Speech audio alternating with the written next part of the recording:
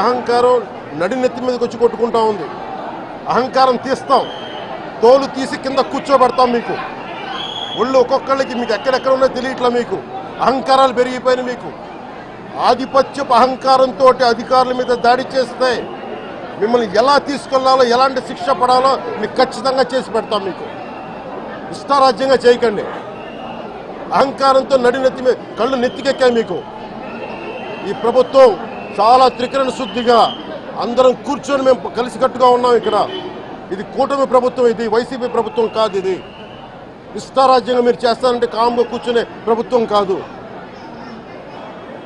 మీకు ఎలా చేస్తే, ఎలా నియంత్రిస్తే మీకు కిందకు వస్తారో మేము చేస్తాం. మీరు గాల్లో విహరిస్తూ ఉన్నారు. 11 సీట్లు వచ్చిన ఇంకా గాల్లో విహరిస్తున్నారు. మొత్తం మీకు ఎలా కిందకి దించాలో మాకు బాగా తెలుసు. చేసి చూపిస్తాం. ఇదే కాదు, ఈ సందర్భంగా ఏ నాయకులకైనా సరే అధికారుల మీద దాడి చేసినా, అధికారులు విధులు నిర్వహిస్తుంటే అడ్డుకున్నా చాలా కఠినమైన చర్యలు ఉంటాయి.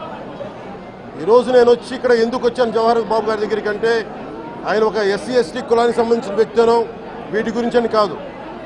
ఎవరైనా సరే ఇర్రెస్పెక్ట్ ఆఫ్ కాస్ట్ ఆధిపత్య ధోరణితోటి కనుక దాడి చేసి విధుల నిర్వహణకు అడ్డం వస్తే ఇది ఉపేక్షించే ప్రభుత్వం కాదు. ఎస్పీ గారికి కూడా చాలా స్పష్టంగా చెప్పాం. వారికి ఎవరైతే తప్పించుకొని తిరిగారు ఇంకో 9 మంది, వారిని కూడా పట్టుకోమని చెప్పాం. వారికి తగిన విధంగా కౌన్సిలింగ్ చేయాలి, అలాగే కఠినమైన శిక్షలు పడాలి. మీరు లాయర్లు అయి ఉండొచ్చు గతంలో, మీ చట్టాలు కానీ, మీ గతంలో మీ అధికారాలు కానీ ఏవి మిమ్మల్ని రక్షించలేదు. మీరు గుర్తుపెట్టుకోండి. అలాగే ఈ విషయంలో ప్రజలకు కూడా చెప్తా ఉన్నాను, యువతకు కూడా చెప్తున్నాను, ప్రత్యేకించి రాయలసీమ యువతకు కూడా చెప్తున్నాను, మహిళలకు కూడా చెప్తున్నాను. మీరు దయచేసి భయపడకండి.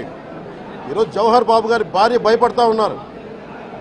మీరు మాట్లాడితే కూర్చొని వాళ్ళ నాయకుడు కూడా మీరు ముందు ఇవి కరెక్ట్ చేయండి, ఇలాంటివి కరెక్ట్ చేయండి. మీ పార్టీ వర్గాలను మీరు నియంత్రించుకోండి. 11 సీట్లు వచ్చినా ఇంకా మీరు దాడులు చేస్తూ ఉంటే మటుకు ఉపేక్షించే ప్రభుత్వం కాదు ఇది. అలాగే ముఖ్యంగా రాయలసీమ యువతకు చెప్తున్నాను, ఇలాంటి తప్పులు జరిగినప్పుడు, ఆధిపత్య అహంకారంతో దాడులు చేస్తున్నప్పుడు నిజంగా మీరు ఎదుర్కోండి. మేము అండగా ఉన్నాం మీకు. నాయకులకు కూడా భయపడకుండా మీరు ఎదుర్కోండి, నిలువరించండి వీళ్ళని. భయపడకండి. మీరు ఇలా భయపడే ఈ రోజున ఒక ఎస్సీ అధికారి జవహర్ బాబు గారి మీద దాడి చేసి కులం పేరుతో దూషించారు. అన్ని రకాలు నువ్వు ఎలా తిరుగుతావో చెప్పి దూషించారు. నువ్వు వెళ్ళి రిటైర్ అని నేను చంపేస్తావని చెప్పి బెదిరిస్తూ ఉన్నారు. ఇవన్నీ సాక్కూడదంటే కేవలం ఇది పోలీసు ప్రభుత్వాలే కాదు, దీనికి ప్రజలు కూడా దీనికి స్పందించాలి.